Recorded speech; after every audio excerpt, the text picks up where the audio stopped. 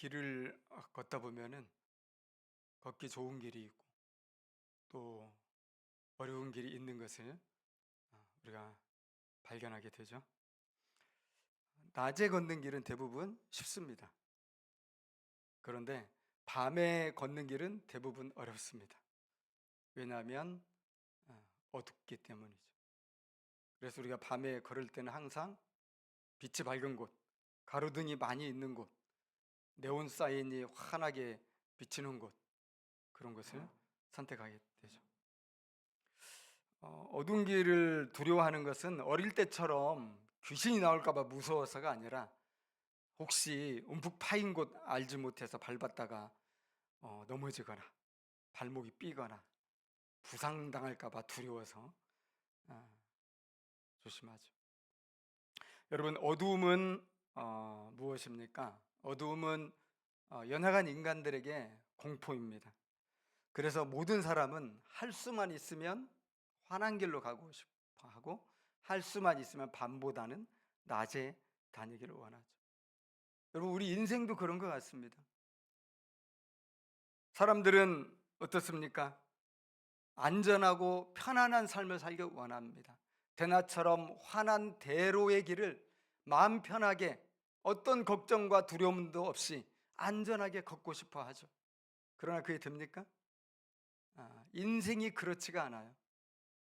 나는 정말 잘 살고 싶고, 나는 근심 걱정 없이 편안하게 살고 싶고, 나는 열심히 일한 만큼 돈을 잘 벌어서 그렇게 지내고 싶어 하죠. 우리 아이들 다 건강하게 잘 자라고 싶고 행복하고 그렇게 살고 싶어 하죠. 그런데 안 됩니다.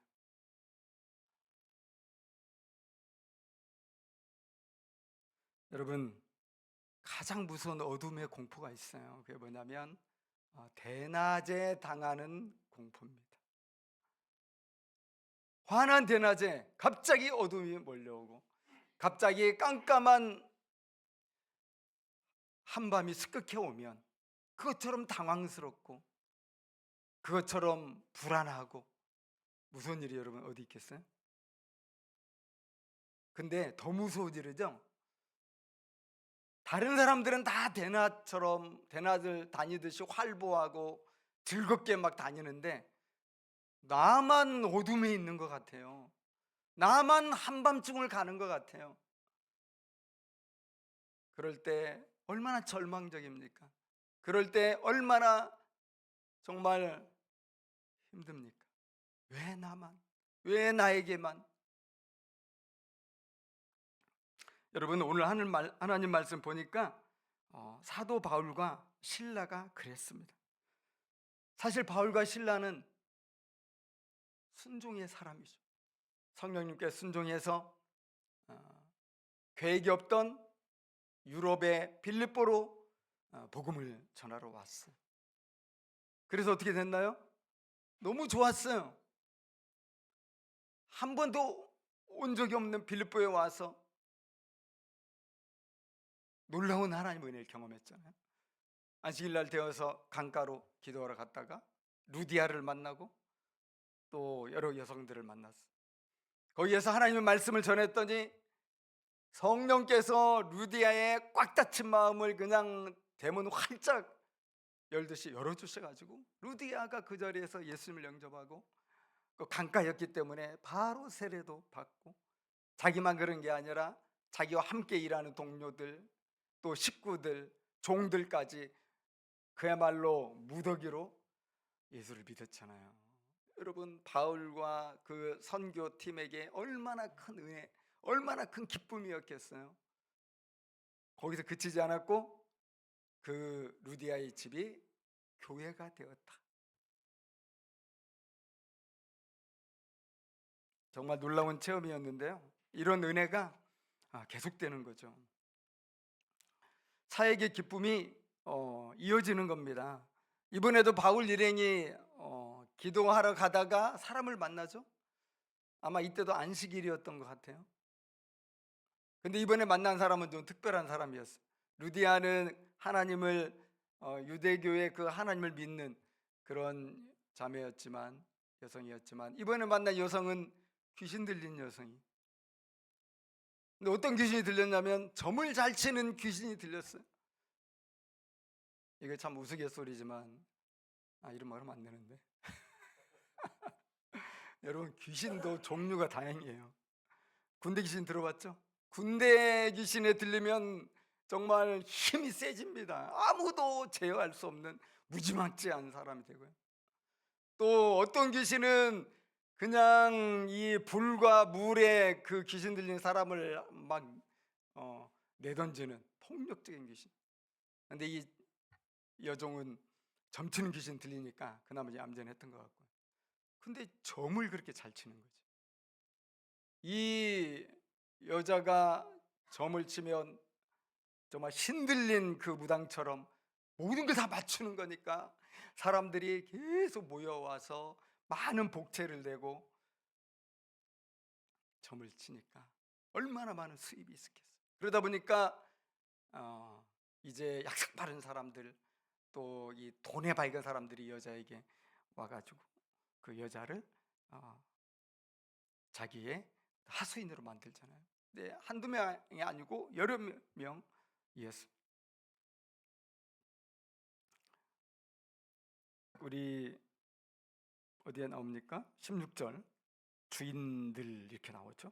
19절 주인들. 그러니까 수입이 굉장히 많았고, 수입이 많았기 때문에 많은 사람들이 내가 주인이야 서로 소유권 주장하면서 서로 계약을 했던 것 같아요. 수입이 들어오면 n분의 1로 이렇게 해서. 여러분, 주인은 행복했겠죠. 이 여종을 통해서 그렇게 많은 수입이 들어오니까 얼마나 좋아요.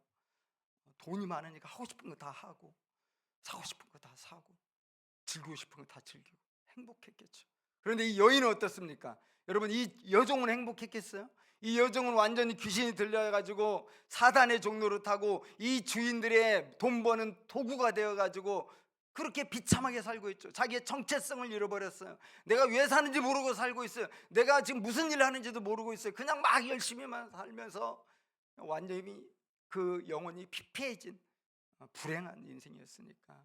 그를 돈벌이 도구로 쓰는 이 사장들은 행복했지만 거기서 직원으로 일하고 있는 이 여종은 쉬지도 못하고 일하는 거죠. 근데 귀신이 들렸다 보니까 이게 사람들도 알지 못하는 하나님에 대한 지식을 가지고 있어요. 영적 존재니까. 그래서 바울을 쫓아다니면서 지극히 높으신 하나님의 이름을 찬양하고 바울이 전한 복음이 진리라는 것을 증거하고. 재밌는 일이죠. 근데 이것이 바울을 너무 괴롭혔다고 그랬어요. 여러분, 그것이 진리일지는 모르지만 그것은 하나님의 나라를 위해서 선포하는 진리가 아니고 사실은 바울을 회방하는 그런 외침이었죠.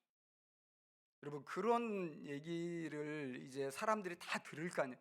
그 진짜 대단한 점치는 여종이 바울을 따라다니면서 그렇게 이야기를 하니까 이 사람들이 바울의 복음을 듣는 게 아니라 이 점치는 여종이 야 정말 대단하다, 우리는 저 바울이 누군지 몰랐는데 점치는 여종은 바울이 누군지를 단박에 알아맞히고 지금 그렇게 따라다니고 있잖아요. 그러면 바울에게 집중하겠습니까? 바울이 어떤 사람인가를 단박에 알아맞힌 점치는 종에게 집중하겠습니까? 바울의 말을 듣기보다도 점치는 여종이 더 용하고 대단하다는 이런 인식이 들면서 더 많은 사람들이 점치러 오고, 그러면서 귀신의 영향력이, 사탄의 영향이 더 커지는 거죠. 바울이 그걸 알았기 때문에 간파하고 쫓아내 줬어요. 예수의 이름으로 명하노니 귀신아 물러가라. 한순간에 즉각적으로 귀신이 떠나가고 여인은 온전하게 되었습니다. 여러분, 얼마나 좋은 일입니까?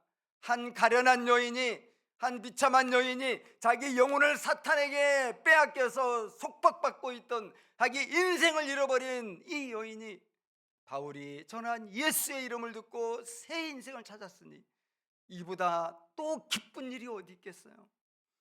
바울팀 일행에게 루디아가 예수의 복음을 듣고 변화돼서 세례받고 교회가 세워진 것도 너무나 큰 기쁨이었겠지만 또 예상치도 않게 이 귀신 들린 여인을 예수의 복음으로 해방시켰으니까 얼마나 또 이것이 큰 보람이었겠어요. 와, 주의 말씀에 순종해서 빌립보로 왔더니 너무 놀라운 일들이 이렇게 이루어지는구나.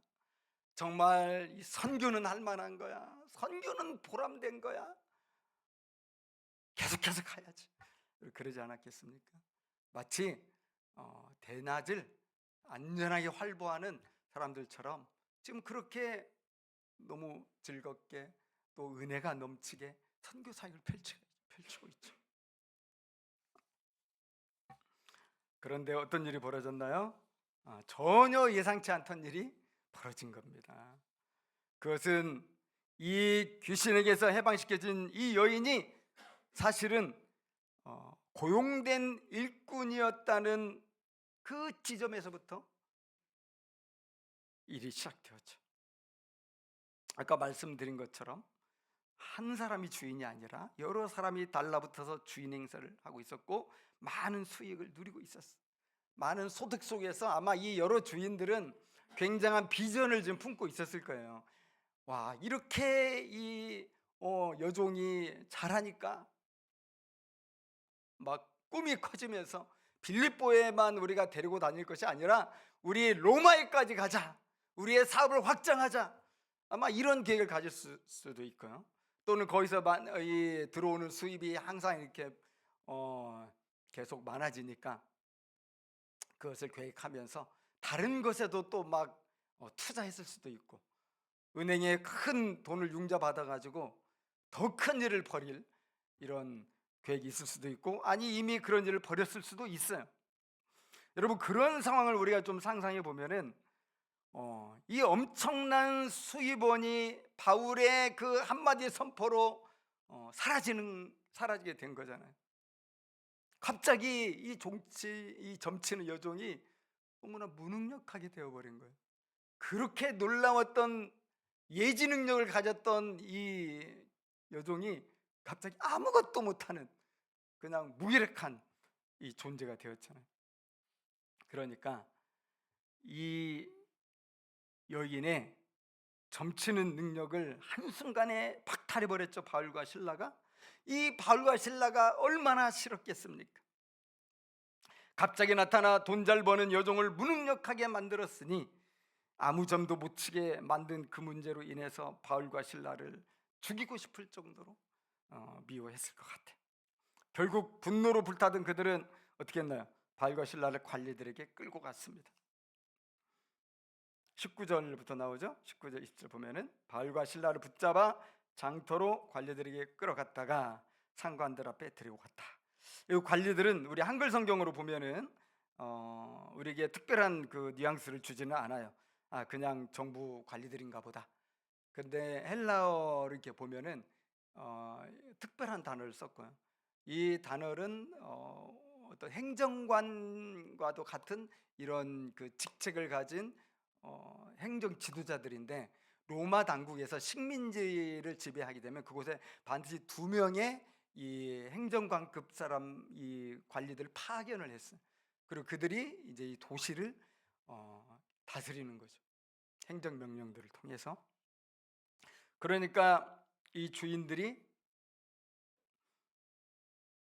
이 바울과 실라를 그에게 고발을 했습니다.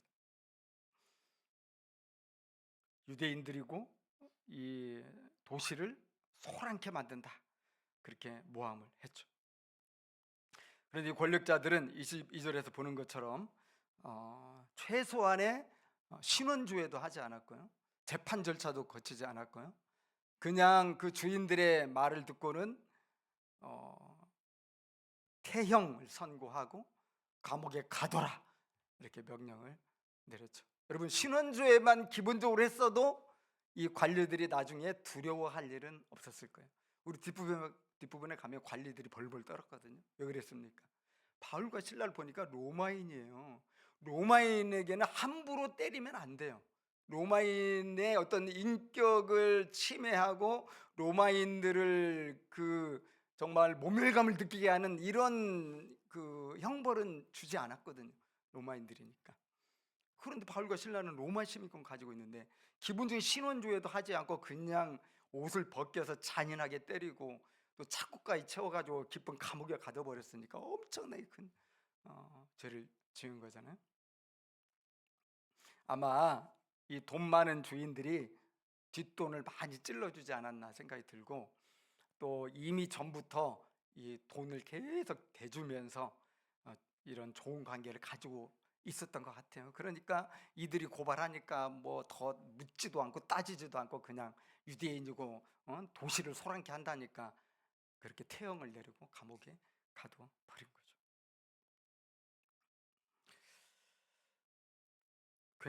굉장히 매로 심하게 맞았습니다. 22절 보니까 옷을 찢어 벗겨라. 얼마나 야만적으로 대했습니까? 옷을 벗긴 게 아니라 찢어 버렸어요. 찢어서 벗겨버리고 그다음 맨몸을 엎어쳐 놓고 그냥 사정없이 매를 때리고 채찍을 휘두르고 그렇게 했다는 거죠. 막 살점이 터지고 피가 막 흥건하게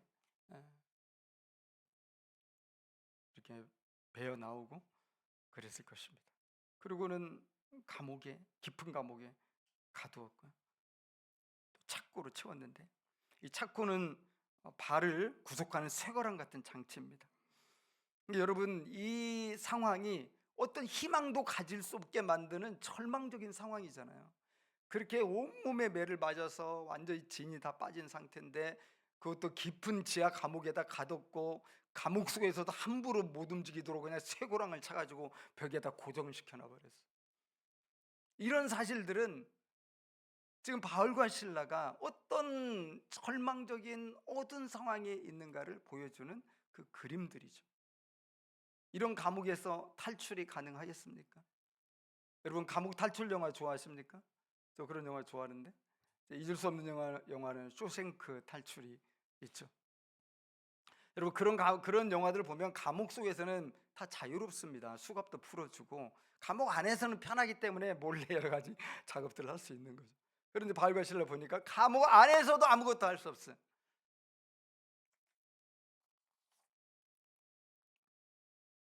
여러분, 인생에 아무리 어두움이 임한들 이런 어두움이 어디 있겠습니까?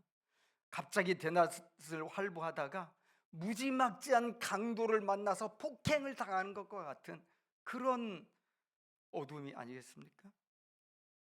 여러분, 바울과 실라만 주변에 그런 사람들이 있는 게 아니고요, 오늘날 우리 주변에도 이런 사람들이 많이 있다고 저는 생각해요. 이런 사람들은 누굽니까?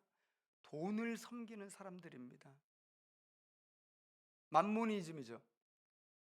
황금을 가장 좋은 삶의 가치를 알고 그것을 추구하는 사람들입니다. 만문을 섬기는 우상 숭배자들의 특징은 뭡니까? 돈을 많이 벌 수만 있다면 어떤 불법적 행위도 마다하지 않는 사람들이고요, 이익이 나지 않고 돈에 손해가 되면 오랫동안 함께했던 사람들일지라도, 심지어는 가족들일지라도 이 배신하고 또 싸우는 그런 모습을 보이기도 하죠. 여러분, 우리가 그걸 알아야 되는 것 같아요. 뭡니까? 점치는 귀신보다 더 사악한 악령은 만문의 신이라는 겁니다. 한번 돈에 푹 빠져가지고 돈에 사로잡히고 돈의 지배를 받게 되면 그는 돈 외에 어떤 것에도 관심을 두지 않는다는 것입니다. 여러분, 돈의 악령에 사로잡힌 이 주인들을 자세히 보시기 바랍니다. 그들은 자신들의 돈벌이 수단으로 이 한 연약한 여성이죠, 무엇인가 약점이 있었던 여성이었던 것 같아요. 그러한 여성을 사로잡아서 그 여성을 온전하게 살도록 도와주기는커녕 점잘치게 되었다고 해서 마음대로 부려먹었습니다. 생각해보면 여러분, 이 주인들이 이 여성을 어떻게 대했겠습니까? 함부로 대했을까요? 아니면 잘 대해주었을까요? 아주 잘 대해주었을 것입니다. 맛있는 것도 많이 제공해 주었을 것입니다. 좋은 옷도 입혀 주었을 것입니다. 좋은 잠자리도 제공해 주었을 것입니다. 운동도 시켜서 몸이 아프지 않도록 애를 썼을 것입니다. 왜? 수입원이잖아요. 이 점치는 여종이 잘못되면 자기들 사업도 끝나는 거예요. 그러니까 잘 해주는 것입니다. 그러면서 우리가 너 믿는 거 알지? 우리가 너 정말 신뢰하고 너 우리가 좋아하는 거 알지? 우리 잘해보자. 그렇게 하지 않았겠어요? 이걸 우리 그루밍이라고 하잖아요. 그루밍이 여러분 어디서 나왔냐면은 이 마부가 이 말들을 조련할 때 그루밍 한다고 하죠. 그 거친 말들을 잘 조련하고 잘 이렇게 부드럽게 만들어야만 말을 제대로 쓸 수가 있죠.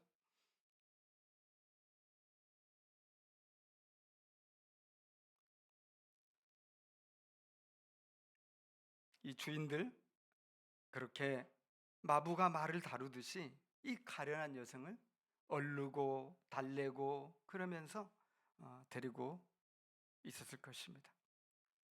그런데 어, 그 점치는 능력을 높이 산 건데 이게 갑자기 잃어버렸어요. 어떻게 되겠어요? 더 이상 쓸모없는 존재가 된 거죠. 이전에는 그렇게 내가 너를 믿는다, 그렇게 내가 너 없으면 어떻게 사냐 이렇게 말하는 주인들이 이제는 능력을 잃어버리니까 아무 관심도 없는 겁니다. 여러분, 정말 가련한 비참한 여인이 예수 그리스도를 만나고 인생의 새로운 가능성을 발견하고 자기의 정체성을 찾는 정말 밝은 인생을 회복하게 되었는데도 거기에는 아무 관심도 없고요. 이들의 관심은 무엇입니까? 자기의 수입원이 사라졌다는 거죠. 그리고 이 일의 원인이 되는 바울과 실라에게 복수를 해야 되겠다는 마음이죠. 그들의 유일한 관심은 돈과 성공과 사업이었기 때문입니다. 다른 것은 중요하지 않았어요. 내 사업만 잘 된다면 다른 모든 것은 그들에게 중요한 것이 아니었죠. 여러분, 오늘날 우리 주변에서 사실 많이 볼 수 있는 경우가 아니겠습니까? 자신의 목적에 도움이 되고 유익이 되고 즐거움이 될 때는 믿는다고 말하고 좋아한다고 말하고 너 없으면 안 된다고 말합니다. 그러나 그 반대가 되면 싫어하고 거부하고 모른 체하고 투명인간 취급하고 내가 언제 너를 믿었느냐, 내가 언제 너를 좋아했느냐 하는 식이죠. 그래서 여러분, 이 만모니즘에서 나오는 성공주의와 번영주의는 대단하게 악한 것입니다. 또 무섭기도 한 것입니다. 그래서 여러분, 주님께서는 한사코 말씀하신 거예요. 돈과 하나님을 겸하여 섬길 수 없다. 절대로 물질 때문에 걱정하고 염려하지 말라고 또 그렇게 신신당부하셨습니다. 여러분, 너희들이 구하지 않아도 너희들의 필요 무엇이 필요한지 아버지께서 다 아신다. 그러니 너희들은 그의 나라와 그의 의를 먼저 구하라고 주님 말씀하셨죠. 여러분, 오늘날 이 시대는 정말 만몬신앙으로 충만한 세상이지 않습니까? 이런 세상에서 우리가 주님을 섬긴다고 할 때 사실은 어렵습니다. 고난을 겪을 수밖에 없습니다. 억울한 일도 당할 수밖에 없습니다.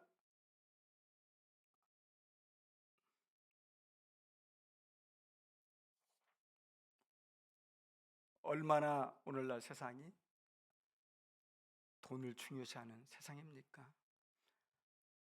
그렇기 때문에 여러분, 바울과 실라를 보니까요,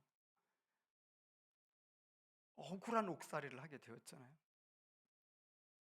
한밤중에 기도했다고 했습니다. 여기 한밤중은 그냥 물리적인 한밤중이라기보다는 인생의 한밤중을 뜻하는 비유적 표현이라고 그렇게 할 수 있습니다. 여러분, 우리 인생에도 갑자기 어둠이 찾아올 수 있겠죠. 환한 대낮 활보하듯이 걷다가 갑자기 어둠을 만나서 당황하고 놀라고 충격받고 그럴 수 있겠죠. 그런 어두움을 만날 때 우리가 어떻게 해야 되는지 오늘 바울과 실라를 보면서 그 지혜를 얻을 수 있기를 바랍니다. 세 가지를 말씀드리고 싶습니다. 우리가 인생을 이렇게 걷다가 어두움을 직면했을 때 첫 번째가 정말 중요한데요, 그것은 포기하지 않는 것입니다. 좌절하지 않고 절망하지 않는 것입니다. 바울과 실라가 피투성이가 된 그 몸으로 깊은 감옥에 착고를 찬 채로 갇혔을 때 억울한 자신의 처지를 비관할 수 있었잖아요. 자기들은 순종해서 여기까지 왔는데 어떻게 이런 말도 안 되는 상황에 우리가 처하도록, 하나님은 전능하신데, 하나님은 우리를 인도하시는 분인데 왜 이리로 인도하시냐, 말도 안 된다 생각하면서 여기까지, 나 이제 더 이상 못해, 이렇게 할 수도 있었겠죠. 그렇게 낙심했다면 그들은 한밤의 노예가 되었을 것입니다. 그러나 좌절하고 삶을 내려놓지 않았기 때문에 그들이 한 가지 할 수가 있었는데, 그게 뭐죠? 기도하는 것이었어요. 기도는 누가 합니까? 포기하지 않는 사람만 할 수 있는 거예요. 두 번째입니다. 그래서 한밤중에 처해 있을 때 우리가 할 수 있는 두 번째 지혜는 기도하는 것이다. 사랑하는 여러분, 좌절하지 않고 굴복하지 않는 성도들에게 반드시 나타나는 공통적인 사항이 있다면 그는 기도하는 사람이라는 거예요. 절대 기도하는 일을 놓지 않는다는 것입니다. 여러분, 바울과 실라는 무슨 기도를 드렸을까요? 근데 그 어두운 감옥, 막 온몸이 매맞아 가지고 피나고 어디 눕지도 못했을 거 아니에요. 상처 때문에 착고가 차가운 쇠고랑까지 이렇게 채워진 채로 거기서 기도했대요. 무슨 기도를 했을까요? 그곳에서. 자, 제가 네 가지 선택지를 드릴 테니까 한번 찍어보세요. 잘 찍죠? 여러분들은 1번, 정말 사랑하는 우리 주님께서 우리의 모든 죄를 대신 다 주시고 십자가에 달려 돌아가시면서 모진 고통을 다 겪으셨는데 이제 우리도 그 고난을 겪게 하시는구나. 주님, 주님의 고난에 동참하게 해주시니 감사합니다. 감사 기도를 드렸다. 두 번째, 너무 힘들고 고통스러운 그런 상황이었기 때문에 머리로는 하나님을 생각하고 있었지만 육체적으로는 너무 고통스러워서 정말 아무 생각 안 나고 그저 하나님은 살려주십시오 하고 그냥 소리쳐 기도했다. 3번, 예수님과 스데반을 막 생각하면서 묵상하면서 용서의 기도를 했다. 저 주인들, 우리를 매로치라고 명령한 저 상관들, 진짜로 사정없이 매로친 저 병사들, 저들은 아무것도 알지 못하고 저렇게 하고 있습니다. 주님, 저들을 용서해 주십시오.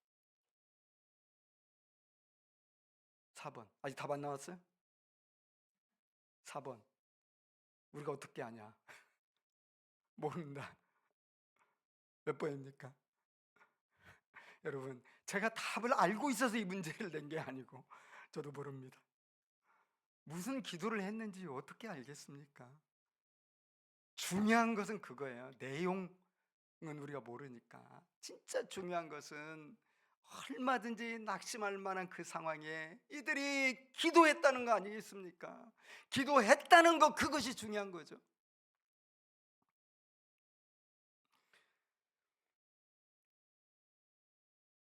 여러분, 혹시 지금 한밤중이십니까? 한밤중이라고 지금 내가 그 밤속에 있다고 생각이 된다면 기도해야 됩니다.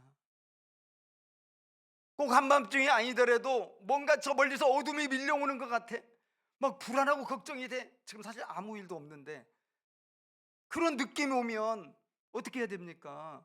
여러분, 기도해야 됩니다.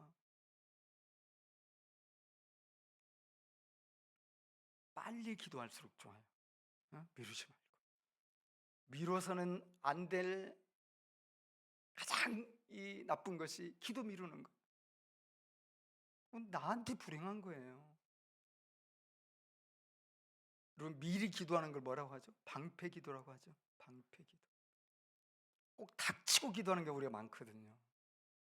방패 기도를 하면 더 좋겠다, 그 생각이 들어요.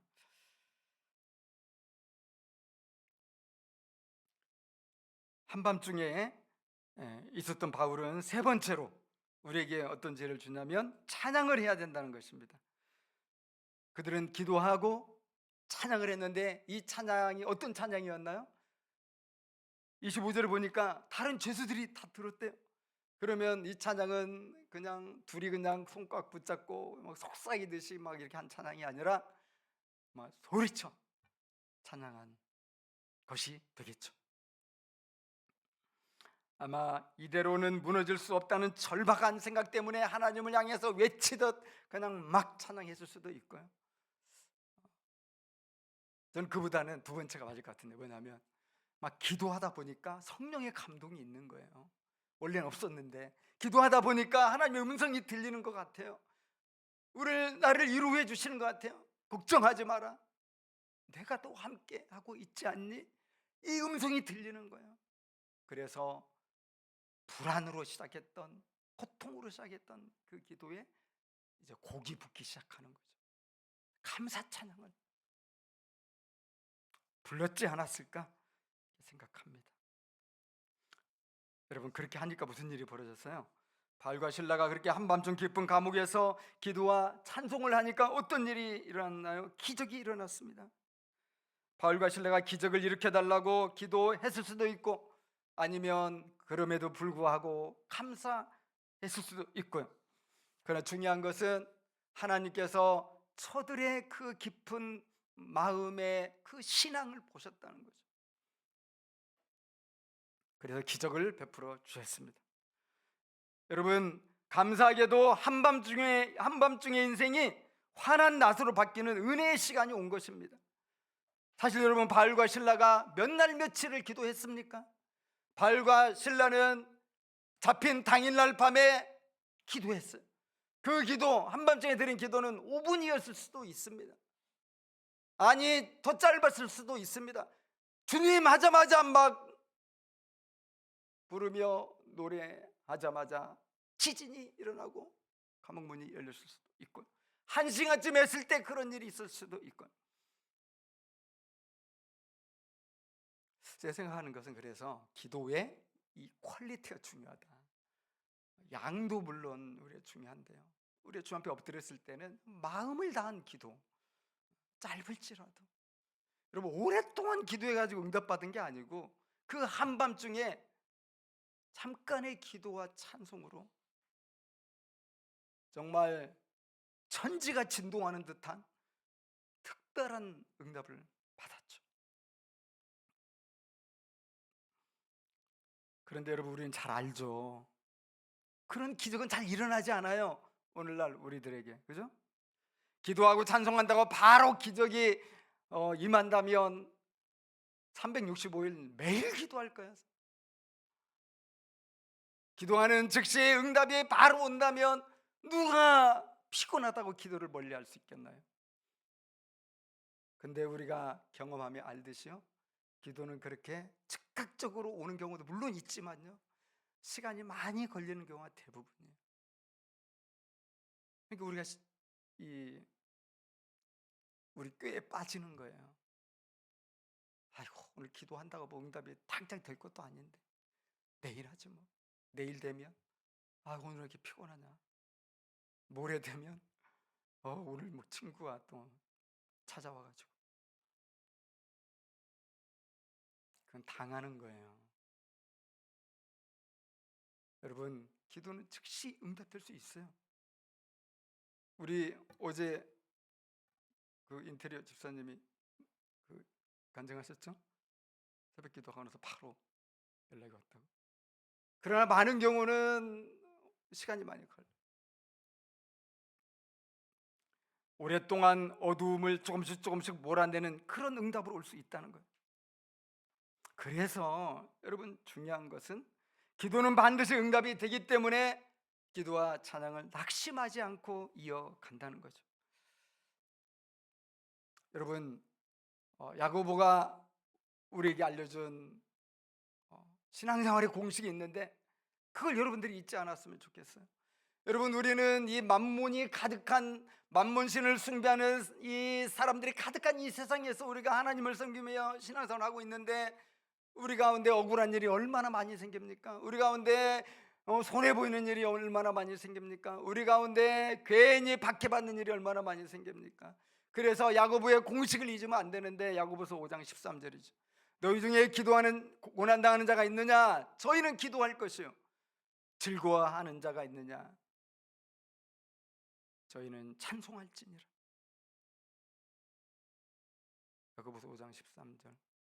여러분들이 잊지 않도록 제가 사자성어로 말씀드릴게요. 고기 찬질. 네? 고기 찬질. 고난당할 때는 기도하고, 질찬. 즐거울 때는 찬송하고, 고기 질찬.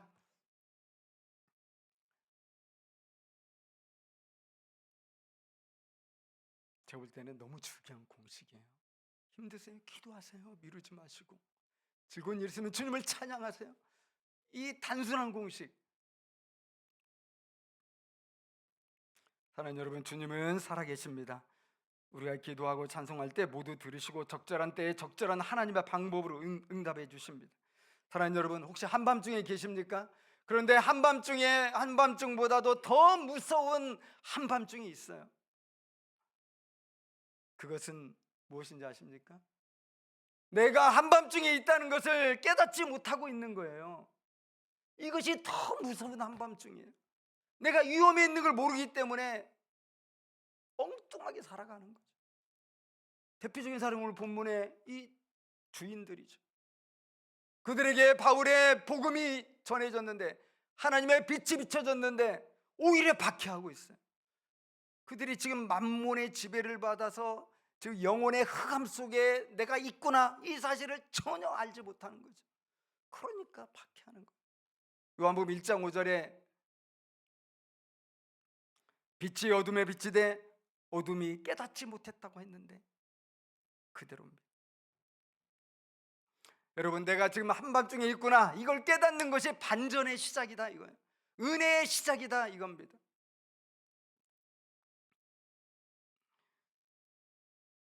사랑하는 여러분, 혹시 한밤중에 계십니까? 한밤중에 막 오고 있는 것처럼 느껴지십니까? 그렇다면 그때는 기도할 때고 찬송할 때입니다. 여러분, 하나님을 잘 아는 귀신들이죠. 이 귀신들은요 절대로 기도하지 않아요. 하나님을 너무 잘 알지만 기도는 안 합니다. 진짜 성도들은 하나님을 잘 알 뿐만 아니라 살아계신 하나님을 믿기 때문에 고난받을 때는 무조건 기도합니다. 따지지도 않고 묻지도 않고 그냥 엎드립니다 먼저. 그리고 주님을 그 절대적 사랑과 섭리를 찬양하는 거죠. 사랑하는 여러분, 기도와 찬송을 통해서 한밤중을 환한 낮으로 빚어주시는 사랑의 하나님, 때마다 일마다 만나실 수 있기를 주님의 이름으로 축복합니다. 모든 어둠을 이기고 주님과 함께 밝은 빛을 걸어가는 우리 성도님들 되시기를 축복합니다. 함께 기도하겠습니다.